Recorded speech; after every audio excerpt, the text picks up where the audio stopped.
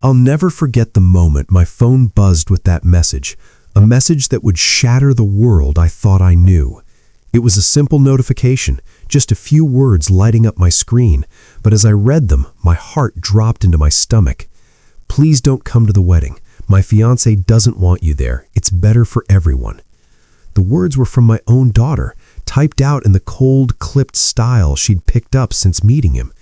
I stared at the screen, my hands trembling, the room suddenly too quiet, too still. I read the message again, hoping I'd misunderstood, but the meaning was clear. My daughter, my only child, was telling me I wasn't welcome at her wedding. And the reason? Her soon-to-be husband hated me. 1,000 memories flashed through my mind, her first steps, her laughter echoing through the house, the way she used to run into my arms after school. How had we gotten here? How had the bond we'd built over decades unraveled so quickly, so completely? I wanted to call her, to demand an explanation, but I could already hear her voice, distant and defensive, telling me it was for the best. I felt a wave of anger, then grief, then something colder, a resolve I hadn't known I possessed. I sat there, phone in hand, as the sun set outside my window, casting long shadows across the room. I knew I had to do something. I couldn't just let this happen. That's when I remembered the wedding fund, the account I'd set up years ago, the one they were counting on to pay for everything. I had the power to freeze it, to stop everything in its tracks. The thought was terrifying, but also strangely liberating. I had always been the peacemaker, the one who gave in, but not this time. What happened next would shock everyone, my daughter, her fiancé, our entire family, because when I froze their wedding fund, the fallout was more explosive than I could have ever imagined. And the secret that came to light in the aftermath? Well, you won't believe what I discovered. From the moment I first held my daughter in my arms, I knew my life had changed forever. She was a tiny, wriggling bundle with a shock of dark hair and a cry that filled the hospital room. But when she looked up at me with those wide, searching eyes, I felt a love so fierce it almost frightened me. I promised myself right then and there that I would do everything in my power to protect her, to give her the kind of life I'd always dreamed of. Over the years, that promise became the foundation of our relationship. We were a team, just the two of us against the world after her father left. I worked long hours, sometimes 2 jobs, but I always made time for bedtime stories, school projects, and our Saturday morning pancake tradition. She was my reason for everything. As she grew, our bond only deepened. We shared secrets over late-night cups of tea, laughed until we cried at silly movies, and comforted each other through heartbreaks and disappointments. When she got her acceptance letter to college, we celebrated with a homemade cake and a dance party in the kitchen. I watched her blossom into a smart, compassionate, and fiercely independent young woman, and I couldn't have been prouder. So when she called me one evening, her voice bubbling with excitement, to tell me she'd met someone special, I was genuinely happy for her. She deserved love, and I wanted nothing more than to see her happy. The first time she brought him home, I tried to keep an open mind. He was polite enough, with a firm handshake and a practiced smile, but there was something about the way he looked at me, measuring, almost dismissive, that set my nerves on edge. I brushed it off as nerves or shyness. After all, meeting the mother of your girlfriend is never easy. But as the evening wore on, I noticed little things. The way he interrupted her when she spoke, the way he seemed to steer every conversation back to himself, the way his eyes flickered with impatience when I asked about his family or his job. My daughter, ever the peacemaker, smoothed over the awkward moments with a laugh or a gentle touch on his arm, but I couldn't shake the feeling that something was off. Still, I told myself not to judge too quickly. My daughter was an adult, capable of making her own choices. Maybe I was just being overprotective. I tried to focus on the positives. She seemed happy, and she talked about their future with a kind of hopefulness I hadn't seen in her for years. When they announced their engagement, I hugged her tightly, blinking back tears of joy. She showed me the ring, her eyes shining, and for a moment, all my doubts melted away.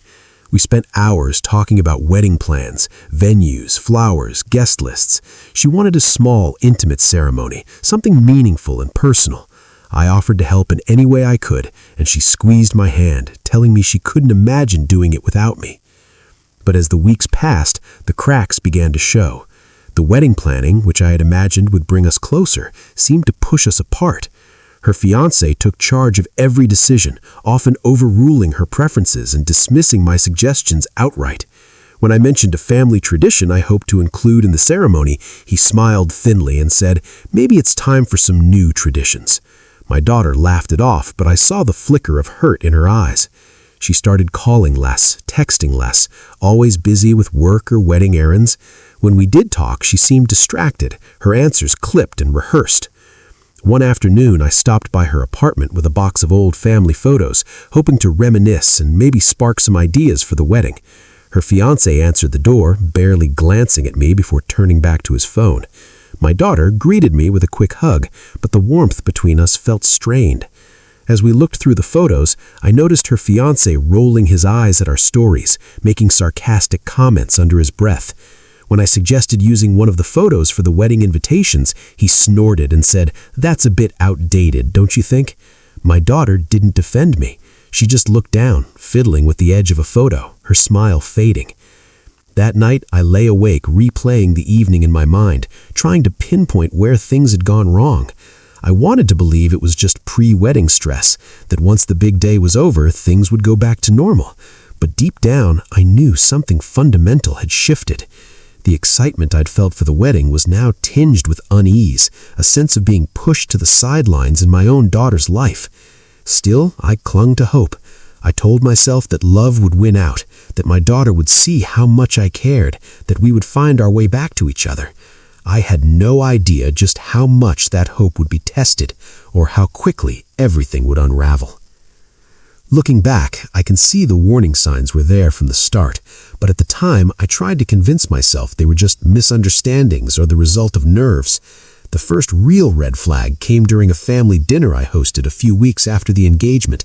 I'd spent the whole day preparing my daughter's favorite meal, roast chicken with lemon and rosemary, garlic mashed potatoes, and a chocolate cake for dessert. I wanted everything to be perfect, a celebration of this new chapter in her life. When they arrived, her fiancé barely glanced at the table before announcing that he was on a new diet and couldn't eat heavy food. He picked at his salad, scrolling through his phone, while my daughter tried to fill the silence with cheerful small talk. I tried to engage him, asking about his work and his family, but his answers were curt, almost dismissive. When I mentioned a funny story from my daughter's childhood, he interrupted, saying, "She's not a kid anymore, you know. Maybe it's time to let her grow up." The words stung, but I forced a smile, not wanting to ruin the evening. My daughter shot me an apologetic look, squeezing my hand under the table. "He's just tired from work, Mom," she whispered later as we cleared the dishes. "He's under a lot of stress." I nodded, wanting to believe her, but the knot in my stomach tightened. As the weeks went by, these small slights became more frequent. When we went dress shopping, I offered to pay for her gown, a tradition in our family. Her fiancé insisted they could handle it themselves, making a point to say, "We don't want to feel indebted to anyone." My daughter tried to laugh it off, but I could see the tension in her shoulders. At a family gathering, he made a joke about overbearing mothers-in-law, glancing at me with a smirk. The room went quiet, and my daughter quickly changed the subject, her cheeks flushed with embarrassment. I started to notice how my daughter's personality seemed to shrink in his presence. She was always so vibrant, so full of life, but around him she became quieter, more cautious with her words. She stopped sharing details about the wedding with me, saying she was too busy or that plans were still up in the air. When I offered to help with invitations or decorations, she hesitated, then told me her fiancé's family was handling most of it. I felt myself being pushed further and further to the margins, no longer a partner in her joy, but an outsider looking in. One evening, I called her to ask if she wanted to come over for dinner, just the two of us. She hesitated, then said, "Let me check with him first." The words hit me like a slap. Since when did she need permission to see her own mother? She called back an hour later, her voice strained. "He's not feeling well tonight. Maybe another time." I tried to hide my disappointment, telling her I understood, but after we hung up, I sat in the dark, fighting back tears. The next weekend, I ran into her at the grocery store. She looked tired, her eyes shadowed, but she smiled when she saw me. We chatted for a few minutes, and I asked how the wedding plans were going. She glanced around nervously before saying, "It's all coming together. He just has a lot of opinions, you know?" I nodded, wanting to reach out and hug her, to tell her she didn't have to do this alone. But before I could say anything, her phone buzzed. She glanced at the screen, her face tightening. "I have to go, Mom. He's waiting for me." She hurried off, leaving me standing in the aisle, a bag of apples in my hand and a growing sense of dread in my heart.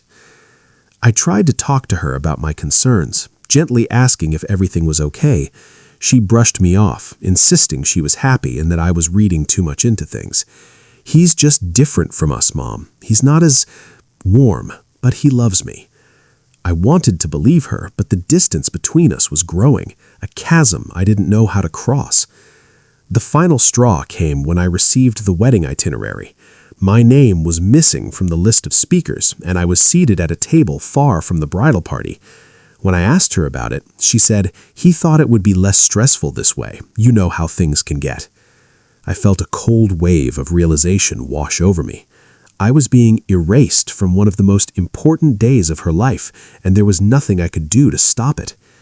That night, I lay awake, replaying every conversation, every slight, every moment I'd tried to brush aside. The truth was impossible to ignore. I was losing my daughter, not to another city or a new job, but to a man who seemed determined to cut me out of her life. And no matter how hard she tried to smooth things over, the cracks were widening. I was no longer just uneasy. I was afraid. Afraid of what I was seeing, and even more afraid of what I might have to do. It was a rainy Thursday afternoon when my daughter called. I remember the sound of the water tapping against the kitchen window, the smell of coffee brewing, and the way my heart leapt when I saw her name flash on my phone. I answered with a smile, hoping for a moment of warmth, maybe a chance to reconnect. But her voice was tight, almost rehearsed, as if she'd been practicing what she was about to say. "Mom, do you have a minute?" she asked, her tone formal, distant. I told her of course, setting my mug aside and bracing myself. There was a long pause, the kind that fills the air with static. I could hear her breathing, could almost picture her twisting a strand of hair around her finger, the way she did when she was nervous. "I need to ask you something," she finally said. "It's about the wedding." My heart sank. I tried to keep my voice steady, telling her she could ask me anything. She hesitated again, and I could hear muffled voices in the background, his voice, low and insistent, urging her on. Would you mind taking a step back from the planning?" she blurted out. "It's just, things are getting complicated, and he thinks it would be easier if his family handled most of it from here on out. He says it's less stressful for everyone." Her words hung in the air, heavy and sharp. I felt as if the ground had shifted beneath me. I tried to respond, but my throat was tight. "Is that what you want?" I managed to ask, my voice barely above a whisper. She didn't answer right away. Instead, she sighed, a sound so full of exhaustion and resignation that it broke my heart. "I just want things to go smoothly, Mom. Please don't make this harder than it already is." I wanted to scream, to tell her that I was only trying to help, that I dreamed of this day for her since she was a little girl. But I swallowed my pride, forcing myself to sound calm. "If that's what you want, I'll respect it," I said, even as my chest ached with the effort. She thanked me, her voice barely audible, and then she was gone, leaving me alone in the kitchen with the rain and my thoughts. I sat there for a long time, staring at the phone, replaying every conversation, every slight, every moment I'd tried to brush aside. The truth was impossible to ignore. I was losing my daughter, not to another city or a new job, but to a man who seemed determined to cut me out of her life. And no matter how hard she tried to smooth things over, the cracks were widening. I was no longer just uneasy. I was afraid. Afraid of what I was seeing, and even more afraid of what I might have to do. That evening, as I tried to distract myself with chores, my phone buzzed again. This time, it was a message from her fiancé. No greeting, no pleasantries, just a single cryptic line. It's best for everyone if you respect our wishes." There was no warmth, no attempt at understanding, just a cold directive. I stared at the words, feeling a chill run through me. It was as if he was drawing a line in the sand, daring me to cross it. I wanted to reply, to demand an explanation, but something stopped me. Instead, I set the phone down and looked out the window, watching the rain streak down the glass. I felt more alone than I had in years, adrift in a storm I couldn't control. But even as I sat there, a small, stubborn spark of anger began to burn in my chest. I didn't know what was coming next, but I could sense that this was only the beginning. Something was shifting, and I could feel the weight of a secret pressing in, waiting to be revealed. I found myself drifting back to my own wedding day, a memory that felt both impossibly distant and painfully vivid. I was young then, full of hope and certainty, standing in a borrowed dress in a sunlit church, my heart pounding with excitement. My mother had fussed over every detail, pinning a sprig of baby's breath into my hair and smoothing the veil with trembling hands. She'd whispered, "You're going to have a beautiful life, sweetheart." And I'd believed her with all the innocence of someone who hadn't yet learned how fragile happiness could be. The ceremony was simple, but to me it felt like a fairy tale. I remember the way the light streamed through the stained glass, painting rainbows on the floor, and the way my soon-to-be husband squeezed my hand as we exchanged vows. We promised each other forever, surrounded by family and friends, laughter and music. I remember thinking that this was the beginning of everything good, that love would be enough to carry us through whatever storms might come. Of course, life had other plans. The marriage didn't last, and the dreams I'd built so carefully began to crumble piece by piece. But even as I picked up the fragments and started over, I held on to one hope, that my daughter would have the kind of happiness I'd lost. I wanted her to feel cherished, to know the security of unconditional love. I wanted her wedding day to be filled with joy, not shadows. I imagined myself helping her choose a dress, tucking a lock of hair behind her ear, whispering the same words my mother had whispered to me. As she grew, I shared stories of that day, not the heartbreak that followed, but the hope and excitement, the sense of possibility. We'd look through old photos together, laughing at the fashions and the awkward poses, and she'd ask questions about the flowers, the music, the cake. I promised her that when her day came, I'd be there every step of the way, making sure it was everything she dreamed.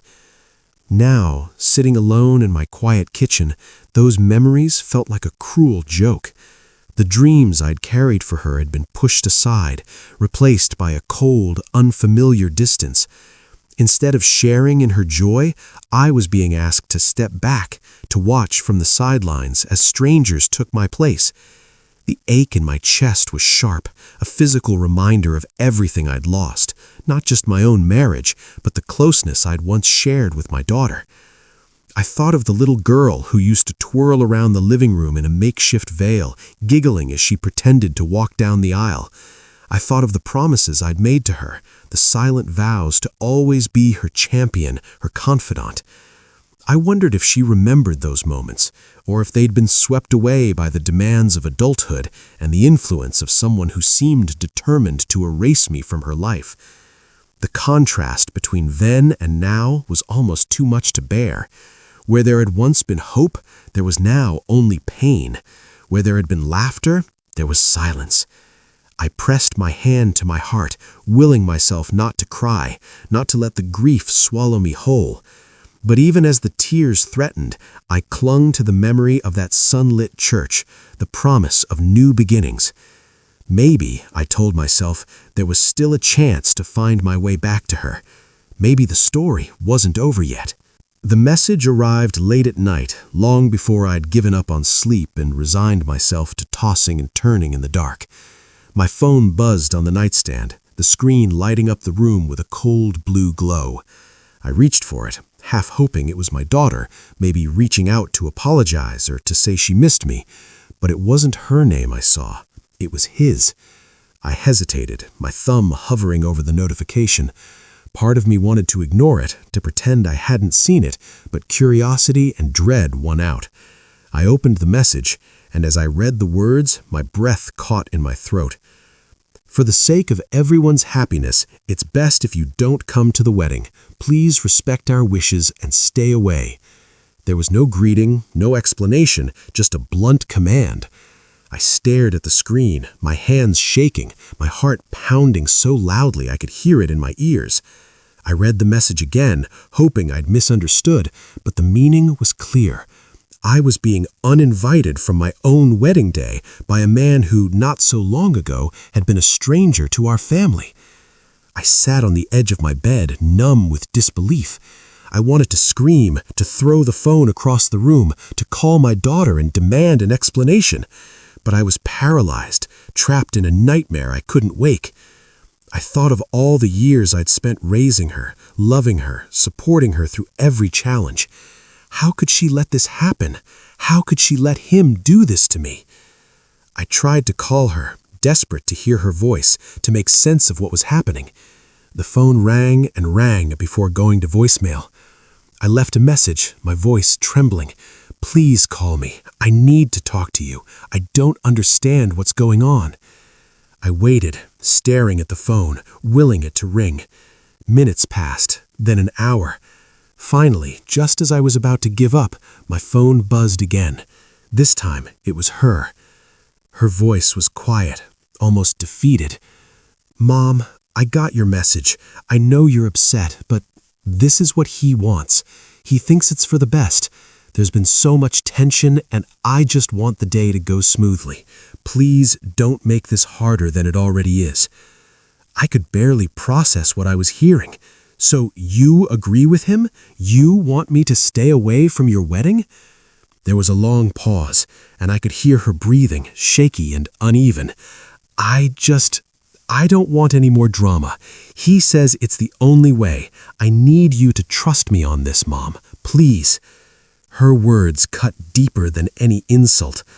I felt like I was losing her, piece by piece, and there was nothing I could do to stop it. I wanted to fight, to beg her to reconsider, but I could hear the exhaustion in her voice, the way she was already slipping away from me. Okay, I whispered, the word tasting like ash in my mouth. If that's what you want. She didn't answer right away. When she finally spoke, her voice was barely audible. I love you, Mom. I need you to understand. But I didn't understand. I couldn't. I hung up the phone and sat in the darkness, the silence pressing in on me from all sides. I felt hollow, as if someone had scooped out my insides and left me with nothing but pain. I thought of all the sacrifices I'd made, all the dreams I'd had for her, and wondered how it had come to this. The next morning, I went through the motions of daily life, making coffee, feeding the cat, folding laundry, but everything felt meaningless. I kept replaying the conversation in my mind, searching for some sign, some clue that might explain how my daughter had become a stranger. I wondered if she was as heartbroken as I was, or if she'd already moved on, swept up in the excitement of her new life. I wanted to believe that she would come to her senses, that she would realize what she was giving up. But as the hours passed and the silence stretched on, hope faded, replaced by a cold, aching emptiness. I was no longer just excluded, I was erased. And somewhere, deep inside, a new feeling began to take root. It was small at first, just a flicker, but it grew with every passing moment. It was anger, at him, at her, at the unfairness of it all. I didn't know what I was going to do, but I knew I couldn't just sit back and let this happen. Not after everything I'd given, everything I'd lost. Not without a fight.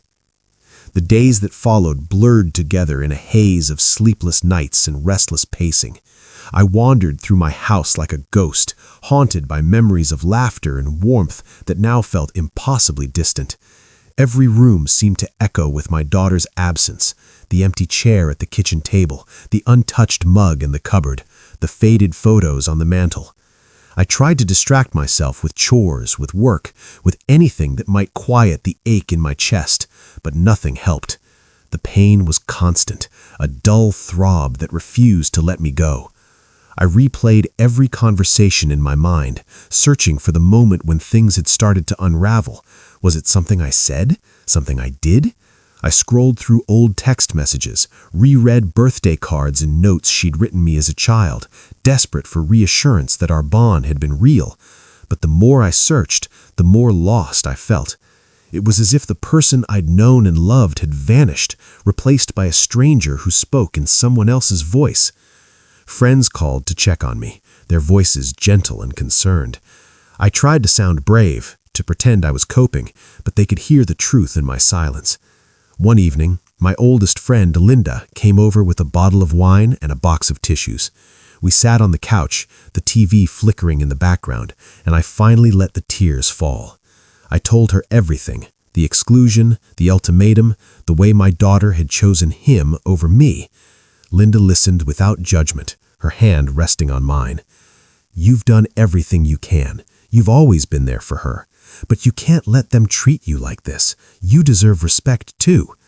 Her words settled over me like a blanket, comforting and heavy. I knew she was right, but the thought of taking a stand terrified me. What if it pushed my daughter even further away? What if I lost her for good? That night, I lay awake, staring at the ceiling, my mind racing. I thought about the wedding fund, the account I'd started when my daughter was just a baby, setting aside a little each month, dreaming of the day I'd help her build a future. It was meant to be a gift, a symbol of my love and support, but now it felt like the only leverage I had left. I hated the idea of using money to make a point, but I couldn't shake the feeling that I was being taken for granted, that my kindness was being twisted into something ugly. I remembered the look on her fiancé's face the last time we spoke, cold, dismissive, as if I were nothing more than an obstacle to be removed. I thought of the message he'd sent, the way he'd spoken for both of them, shutting me out of my own daughter's life. The more I dwelt on it, the more my heartbreak hardened into resolve. I couldn't control their choices, but I could control my own.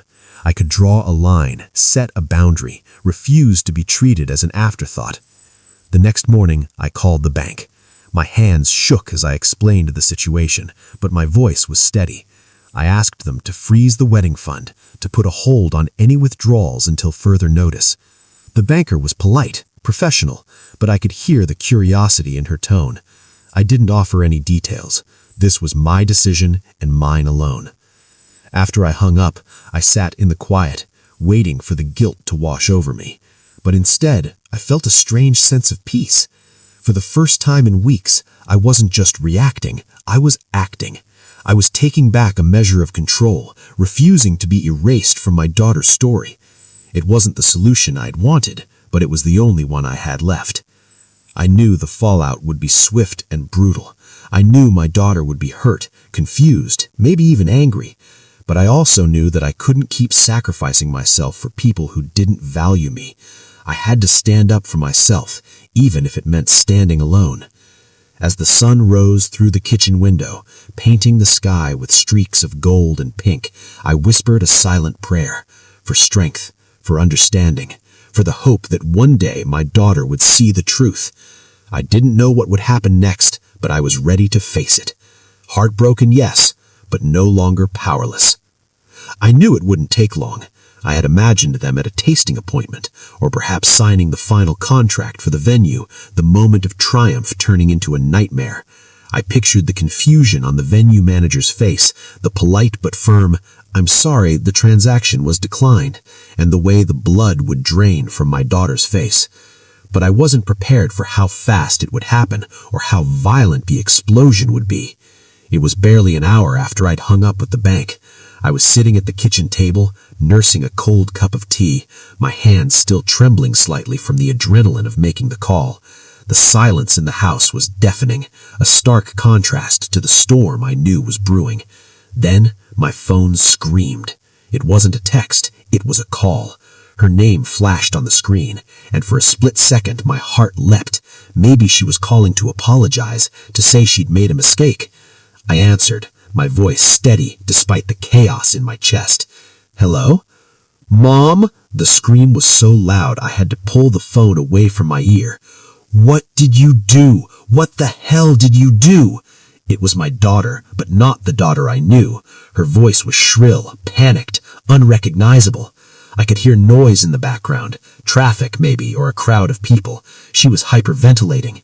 I know you're upset, I started, trying to keep my tone calm, maternal. But we need to talk. Talk? She shrieked. We're at the florist, Mom. The florist! I just tried to pay the deposit and the card was declined. They kicked us out. They thought we were broke. Do you have any idea how humiliating that was? How could you? How could you do this to me? The word humiliating hung in the air. I felt a pang of guilt, sharp and sudden. I hadn't wanted to humiliate her. I just wanted to be seen. I wanted to matter. I didn't do it to humiliate you, I said, my voice hardening. I did it because you uninvited me to your wedding. You can't have it both ways, sweetheart. You don't get to cut me out of your life and then use my money to pay for it.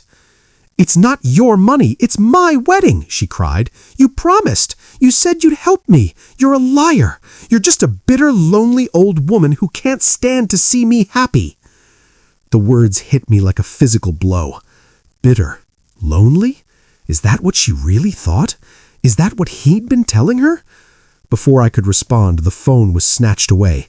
A new voice came on the line, cold, furious, and dripping with contempt. You pathetic, vindictive piece of work, he spat. The fiancé.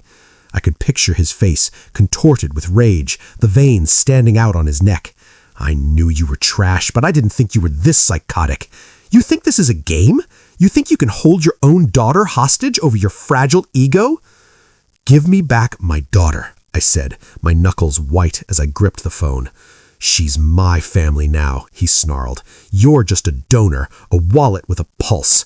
And you know what? We don't need you. We'll figure it out. We'll borrow the money. And when we do, you're going to be the one begging for forgiveness. You just burned the last bridge you had left, you crazy old bitch. Watch your mouth, I warned, my voice dropping to a whisper that was more terrifying than a shout.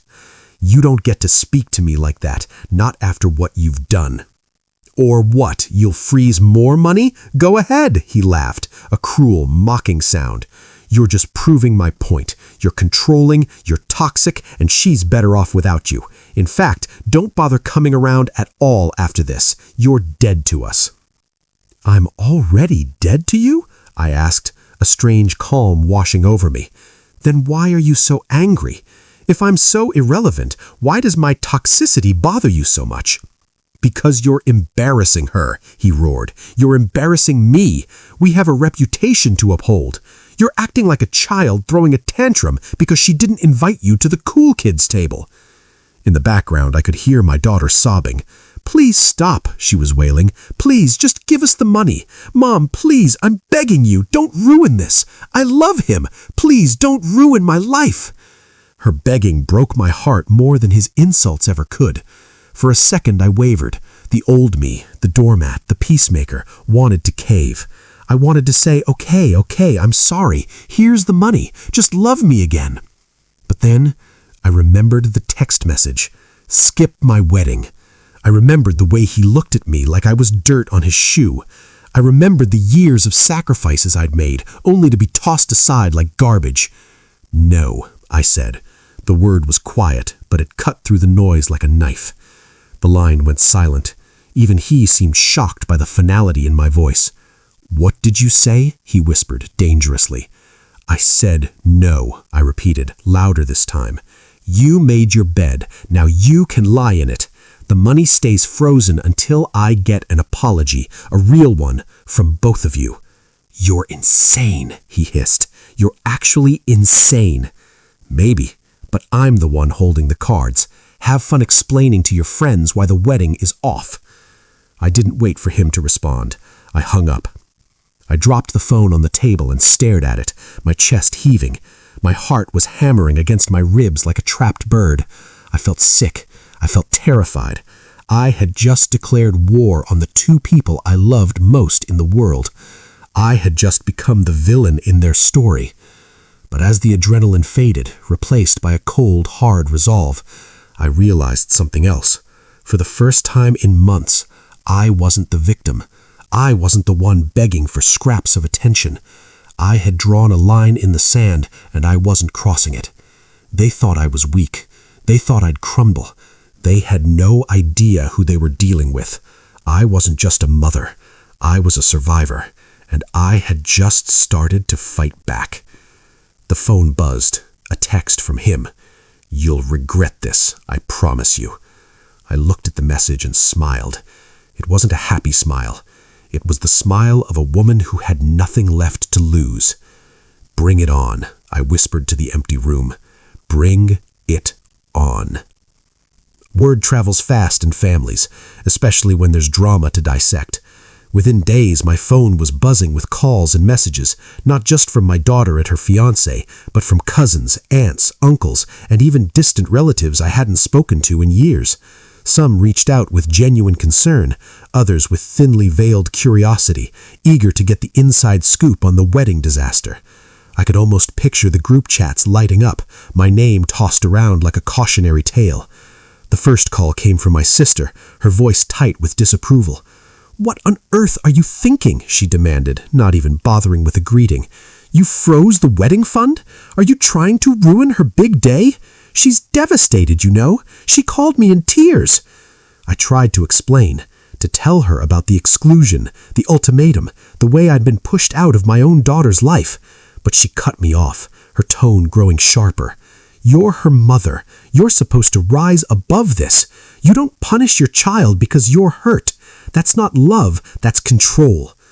Her words stung, but I refused to let them break me. "I'm not punishing her," I said quietly. "I'm setting a boundary. I won't be treated like I don't matter, not from her, not from anyone." She sighed, exasperated. "Well, you've certainly made your point. I hope it was worth it." Other relatives chimed in, their opinions falling along predictable lines. My brother, always the peacemaker, urged me to reconsider. "Just let it go," he pleaded. "Give her the money, go to the wedding and patch things up later. Life's too short for grudges." But then there were those who surprised me. My cousin Rachel, who'd always been a bit of a black sheep herself, called to say she was proud of me. "It's about time someone stood up to that guy," she said. "He's been bad news since day one. Don't let them guilt you into backing down." A few old friends sent messages of support, sharing their own stories of being sidelined or manipulated by family. Their words were a balm, a reminder that I wasn't alone, that my pain was real and valid. But the hardest part was the silence from my daughter. Days passed with no word from her, no calls, no texts. I checked my phone obsessively, hoping for a sign that she was ready to talk, to bridge the chasm that had opened between us. But there was nothing. The ache of her absence was sharper than any accusation, any insult. I missed her so much it hurt to breathe. Meanwhile, the family rift deepened.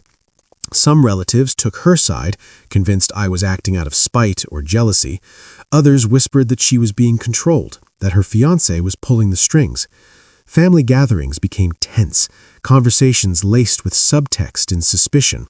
I could feel the judgment in every glance, every awkward pause. At night, I lay awake replaying every argument, every harsh word. I wondered if I'd gone too far, if I'd let my pride get in the way of love. But then I remembered the look in her fiancé's eyes, the way he'd spoken to me, the way my daughter had shrunk beside him. I reminded myself that boundaries weren't cruelty, they were necessary for survival. Still, the loneliness was crushing. I missed the easy laughter, the shared secrets, the sense of belonging that came from being part of a family. I missed my daughter most of all, the way she used to call me just to say goodnight, the way she'd hug me for no reason at all. Now, all I had was silence and the echo of my own doubts. But even as the family fractured around me, I held my ground. I refused to apologize for demanding respect, for refusing to bankroll a celebration I'd been banned from. I told myself that one day my daughter would understand, that she'd see I was fighting for her, not against her. Until then, I would weather the storm, no matter how fierce. I would stand alone if I had to, because sometimes love means drawing a line, even if it breaks your heart. The house felt emptier than ever. Every room seemed to echo with memories I couldn't escape. Her laughter drifting down the hallway, the thud of her footsteps on the stairs, the way she used to curl up beside me on the couch, head on my shoulder as we watched old movies together. Now there was only silence, heavy and suffocating, pressing in on me from all sides. I wandered from room to room, unable to settle, unable to rest. I kept picking up my phone, scrolling through old photos and messages, searching for some sign that this was all a bad dream, that any moment now she'd call and say she understood, that she missed me, that she wanted me back in her life. But the phone stayed stubbornly silent, and with every hour that passed, the hope inside me shrank a little more. Doubt crept in, slow and relentless. Had I made a terrible mistake? Had I let my pride and pain blind me to what really mattered? I replayed the last conversation with my daughter over and over, wincing at the sound of her sobs, the desperation in her voice as she begged me not to ruin her life. Was I really protecting her, or was I just punishing her for choosing someone else over me? The questions gnawed at me, leaving me raw and uncertain. I thought about the wedding fund, the years I'd spent saving, the dreams I'd poured into that account. It was supposed to be a gift, a blessing, a way to help her start her new life. Now it felt like a weapon, something ugly and divisive. I wondered if I'd crossed a line I could never uncross, if I'd become the villain in her story, the mother who ruined her daughter's happiness out of spite. The guilt was overwhelming. I remembered the look on her face the last time we spoke, the way her eyes filled with tears, the way her voice broke when she said, "Please, Mom, don't do this." I wanted to reach through the phone, to hold her, to tell her I loved her more than anything in the world. But I was afraid that if I reached out, she'd turn away, afraid that I'd already lost her for good. Nights were the worst. I lay awake, staring at the ceiling, listening to the wind rattle the windows, my mind racing with regrets. I thought about calling her, about apologizing, about unfreezing the fund and letting her have the wedding she wanted, even if it meant I wasn't there. But every time I picked up the phone, my hand shook too much to dial. I was paralyzed by fear and shame, trapped in a prison of my own making. I tried to talk to friends, to explain how I was feeling, but their words of comfort felt hollow. "You did what you had to do," they said. "She'll come around." But what if she didn't? What if this was the end, the final break in a bond I'd spent a lifetime building? I stood at the window one night, watching the streetlights flicker in the darkness, and let the tears come. I cried for the little girl I'd raised, for the woman she was becoming, for the mother I was afraid I'd failed to be. I cried for all the words left unsaid, all the moments we'd never get back. The pain was sharp, relentless, a reminder of how much I still loved her, how much I always would. In that moment, I felt truly alone. I didn't know if I'd made the right choice. I didn't know if I'd ever get my daughter back. All I knew was that I missed her with every fiber of my being, and the emptiness she left behind was almost more than I could bear. Just when I thought the silence would swallow me whole, my phone rang one afternoon with a number I hadn't seen in years. It was my cousin, Marianne, someone I'd grown up with but lost touch with over time. Her voice was warm, familiar, and for the first time in days, I felt a flicker of comfort. "I heard what's been happening," she said gently, not prying, just letting me know she was there. "I can't imagine how hard this must be for you, but I want you to know you're not alone in this, no matter how it feels." I tried to brush it off, to keep my composure, but the kindness in her voice undid me. I found myself telling her everything, the exclusion, the frozen fund, the way my daughter had turned away. Marianne listened without judgment, letting me pour out my heart. When she finished, she was quiet for a moment, as if weighing her words. "There's something you should know," she said finally, her tone shifting. "I know your daughter's fiancé. I knew him before she met her." My breath caught. "What do you mean?" "He dated a friend of mine a few years ago," Marianne continued. "It didn't end well. He was charming at first, but then he started isolating her from her family, making her feel like she couldn't trust anyone but him. He was controlling, manipulative. When she tried to break things off, he threatened her, made her feel like she was the problem. It took her months to get away from him. She was never the same after that." A chill ran through me as her words sank in. Suddenly, so much made sense. The way he'd pushed me out, the way my daughter had changed, the fear and uncertainty that seemed to shadow her every move. I felt a surge of anger, but also a strange, fragile hope. Maybe I wasn't crazy. Maybe I wasn't the villain after all. "Why didn't you tell me sooner?" I asked, my voice trembling. "I didn't want to interfere," Marianne admitted, "but I can't stand by and watch him do this to someone else. You have every right to protect your daughter, even if she can't see it right now." Her words were a lifeline, pulling me back from the edge of despair. For the first time in weeks, I felt a sense of purpose, a reason to keep fighting. I thanked Marianne, promising to stay in touch, and hung up with a new resolve burning in my chest. I wasn't alone, I wasn't powerless, and now I had the truth on my side. After talking to Marianne, I couldn't sleep. Her words echoed in my mind, painting a picture I'd been too close to see clearly. The pieces were all there. The isolation, the control, the way my daughter seemed to shrink in his presence. But I needed more than a story from the past.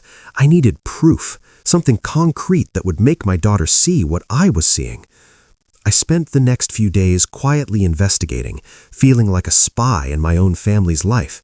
I started by searching his name online, combing through social media profiles, old articles, anything that might reveal who he really was. At first, I found nothing out of the ordinary. A polished LinkedIn profile, a few photos from charity events, the carefully curated image of a successful, charming man. But then I dug deeper. I found an old blog post from a woman I didn't recognize, dated 3 years ago. The post was titled, "Getting Out," and as I read, my stomach turned. She didn't mention him by name, but the details were unmistakable. The way he'd isolated her from friends and family convinced her that everyone was against them, that only he truly understood her. She wrote about the financial control, how he'd persuaded her to put everything in joint accounts, then restricted her access. She described the emotional manipulation, the way he'd twist her words, make her feel guilty for wanting space or time with loved ones. The post ended with a message of hope. She'd gotten out, rebuilt her life, but it had taken years to recover. My hands trembled as I finished reading. This was him. This was the man my daughter was about to marry. I reached out to Marianne again, asking if she could connect me with her friend, the one who dated him. She hesitated, worried about reopening old wounds, but eventually agreed. 2 days later, I met Sarah at a quiet coffee shop across town. She was in her early 30s, poised and professional, but I could see the wariness in her eyes as she sat down. "Thank you for meeting me," I said, my voice thick with emotion. "I know this must be difficult." She nodded, wrapping her hands around her coffee cup. "Marianne told me what's happening. I'm sorry you're going through this. I know exactly how you feel." Over the next hour, Sarah told me her story. She showed me screenshots of old messages, sweet at first, then gradually more controlling. Texts where he questioned who she was with, demanded to know her whereabouts, accused her of lying when she spent time with family. She showed me emails where he'd convinced her to quit her job, saying he would take care of her, only to later use her financial dependence as leverage. "He's good at making you feel like you're the problem," Sarah said quietly, "like you're too sensitive, too dramatic, too dependent on other people's approval. He'll say he just wants what's best for you, but really he wants you isolated and dependent on him. That's when he has all the power." I felt sick. This was my daughter's future if I didn't do something. But what could I do? If I showed her this evidence, would she believe me, or would she think I was manufacturing drama to get my way? Sarah seemed to read my thoughts. "She won't believe you at first," she said. "I didn't believe my family either. He'll have already planted seeds of doubt about you, told her you're jealous, controlling, trying to sabotage her happiness. That's how he works. But you have to try. Plant your own seeds, give her the information, and let her come to her own conclusions." I asked if she would be willing to talk to my daughter directly, to share her story. Sarah hesitated, clearly uncomfortable with the idea, but eventually agreed. "If it helps even one person avoid what I went through, it's worth it." Armed with this new information, I spent the next day wrestling with my conscience. Part of me wanted to march straight to my daughter's apartment, show her everything, demand she call off the wedding. But I knew that approach would backfire. She'd see it as an attack, as proof of everything he'd been telling her about me. I decided on a different approach. I wrote her a letter, carefully choosing every word. I didn't attack him directly. Instead, I expressed my concerns, my observations, and included Sarah's contact information with a simple note: "This woman dated your fiancé 3 years ago. I think you should hear her story before you make your final decision. Whatever you choose, I will always love you." I printed out some of the screenshots Sarah had given me permission to share, not all of them, just enough to raise questions. I sealed everything in an envelope and drove to my daughter's apartment, my heart pounding. I didn't knock. I didn't want another confrontation, another chance for him to intercept and twist my words. I simply slid the envelope under the door and walked away.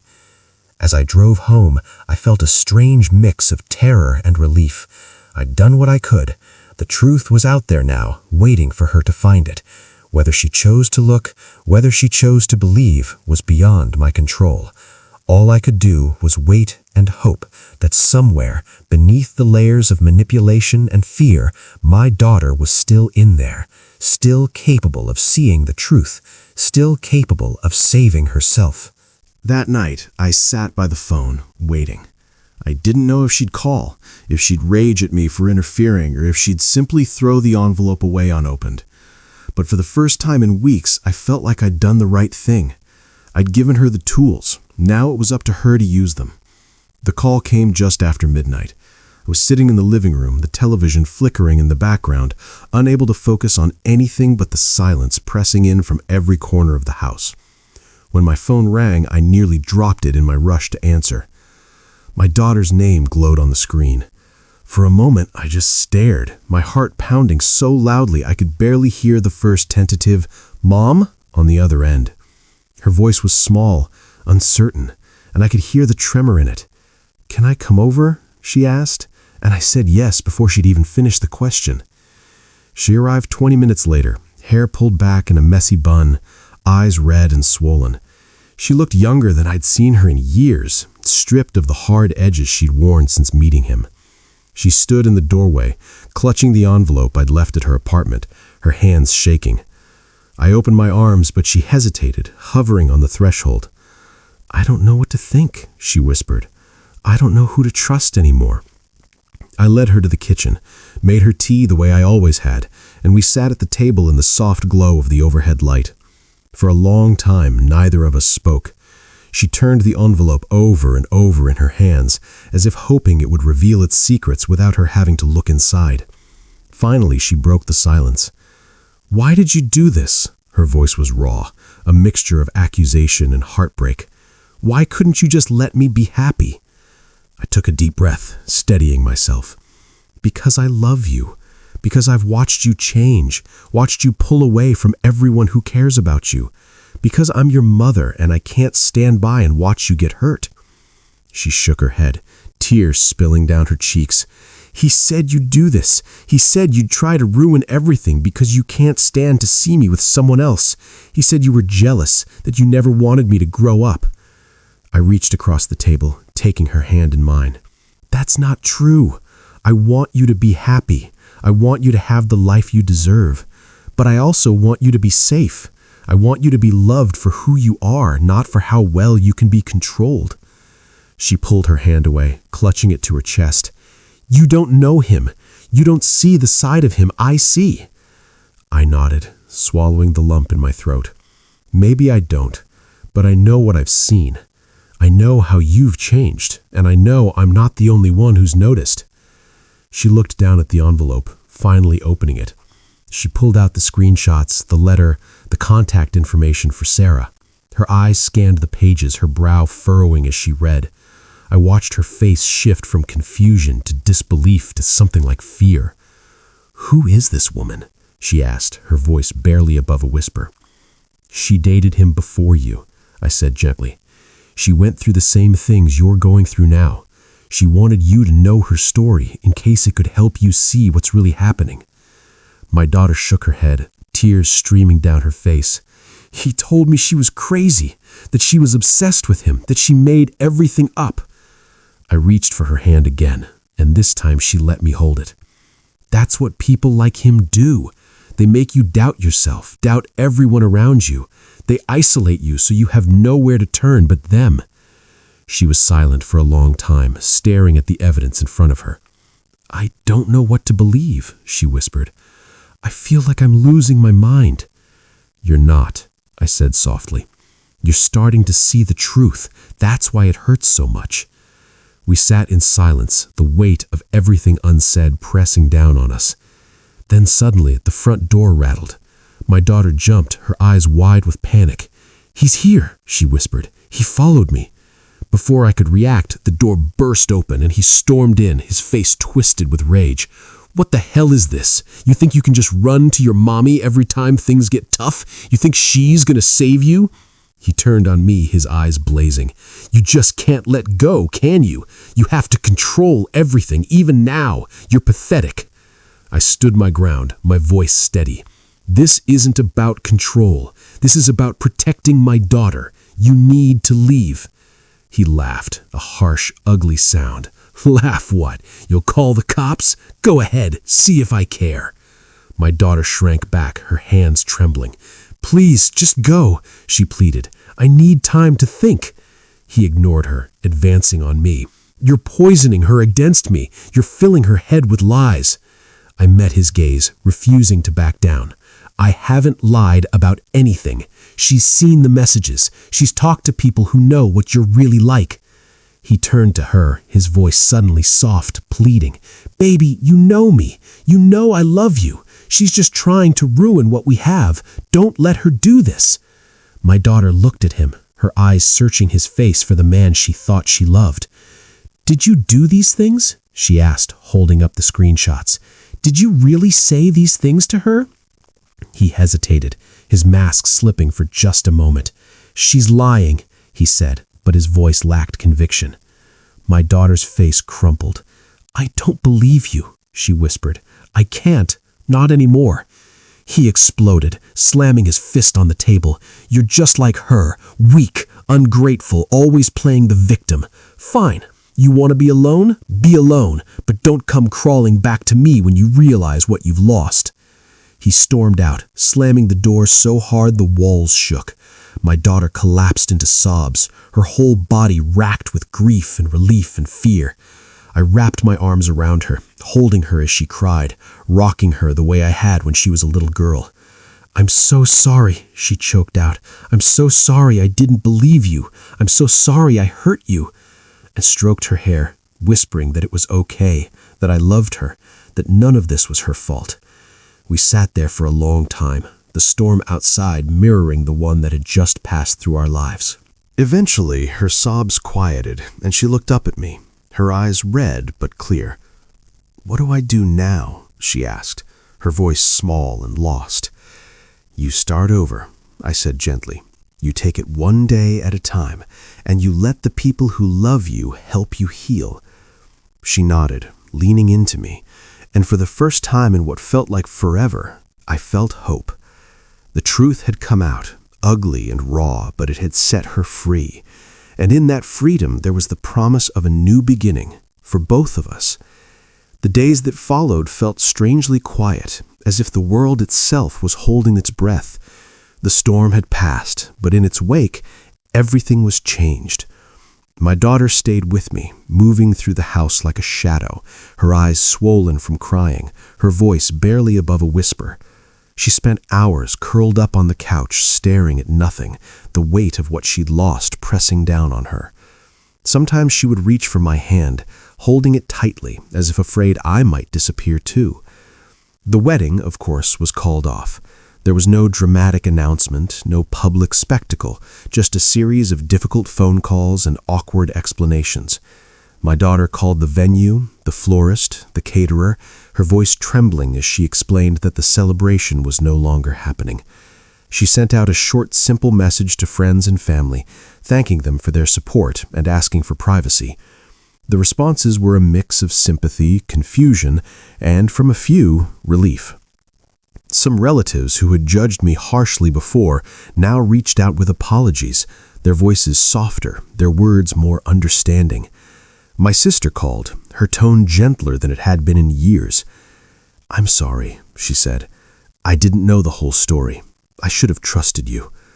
My brother sent flowers, a quiet gesture of support. Even my cousin Rachel, who had always been blunt, sent a text. "You did the right thing. She'll thank you one day." But the healing was slow. My daughter grieved not just the end of her engagement, but the loss of the future she'd imagined.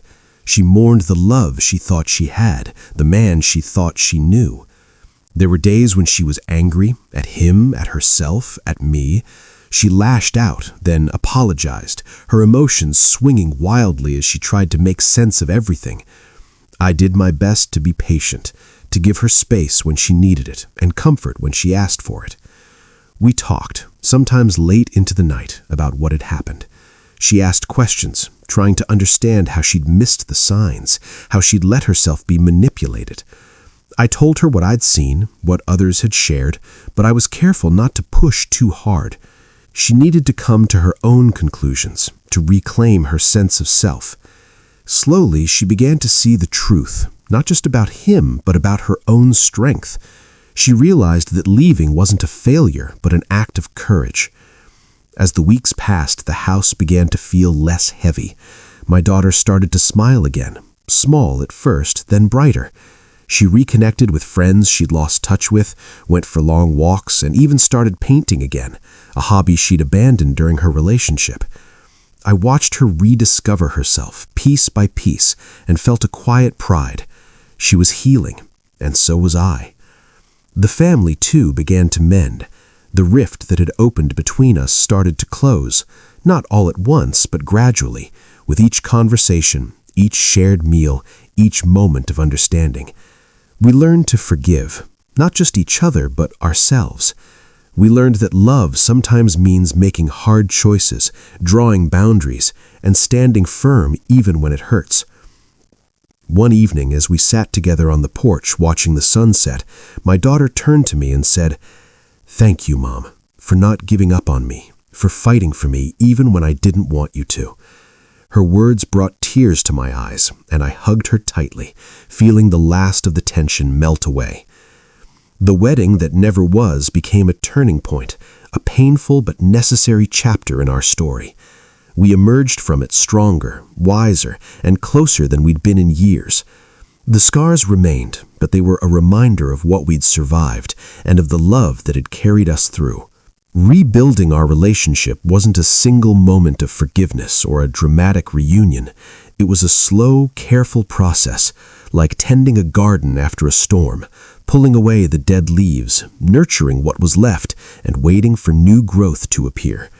My daughter and I moved gently around each other at first, both of us wary, both of us changed by what we'd been through. But beneath the caution, there was a quiet determination. We would not let this break us. We started with small things. She joined me for coffee in the mornings, sometimes sitting in silence, sometimes sharing memories from before everything went wrong. I listened more than I spoke, letting her set the pace, letting her decide when and how to talk about the past. There were days when she was angry, at him, at herself, at me, and I learned to accept her anger without taking it personally. I realized that healing wasn't about pretending nothing had happened, but about facing the pain together, honestly and without judgment. We talked about boundaries, what they meant, why they mattered. I apologized for the ways I'd overstepped, for the times I'd tried to protect her so fiercely that I'd forgotten to let her make her own choices. She apologized for shutting me out, for letting someone else's voice drown out her own. We promised each other that going forward, we would speak up when something felt wrong, that we would trust each other enough to be honest, even when it was hard. Slowly, trust began to return. She started inviting me into her life again, not just as a mother, but as a friend. We went shopping together, cooked meals side by side, laughed at old inside jokes. She showed me her paintings, let me read her journal entries, shared her dreams for the future.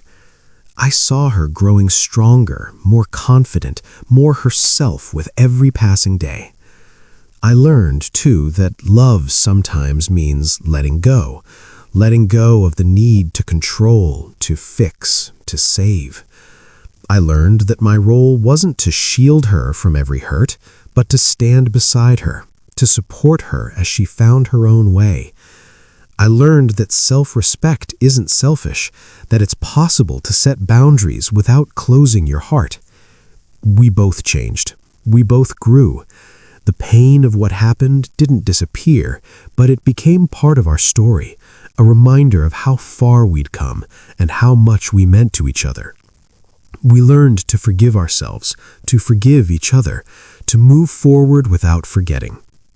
One afternoon, as we walked through the park, my daughter slipped her arm through mine and smiled. "I'm proud of us, Mom," she said. "We survived. We're still here." I squeezed her hand, feeling a surge of gratitude. "We are," I agreed, "and we always will be." In the end, the wedding that never happened gave us something far more precious than a celebration or a party. It gave us a second chance, a new beginning built on honesty, respect, and unconditional love. And as we stepped into that new chapter together, I knew that whatever storms might come, we would face them side by side, stronger than ever before. Looking back, I realized that sometimes the hardest choices are the ones that save us. My daughter and I found our way back to each other, not because everything was easy, but because we refused to give up on love, on truth, and on ourselves. Our story isn't just about heartbreak or betrayal. It's about resilience, forgiveness, and the courage to start again. But if you thought this was dramatic, wait until you hear what happened when my ex tried to come back into our lives. That chapter brought a whole new set of challenges I never could have imagined. Have you ever faced a moment when you had to choose between your own boundaries and someone you love? I'd love to hear your story. Share your experiences in the comments below. Let's support each other through life's twists and turns.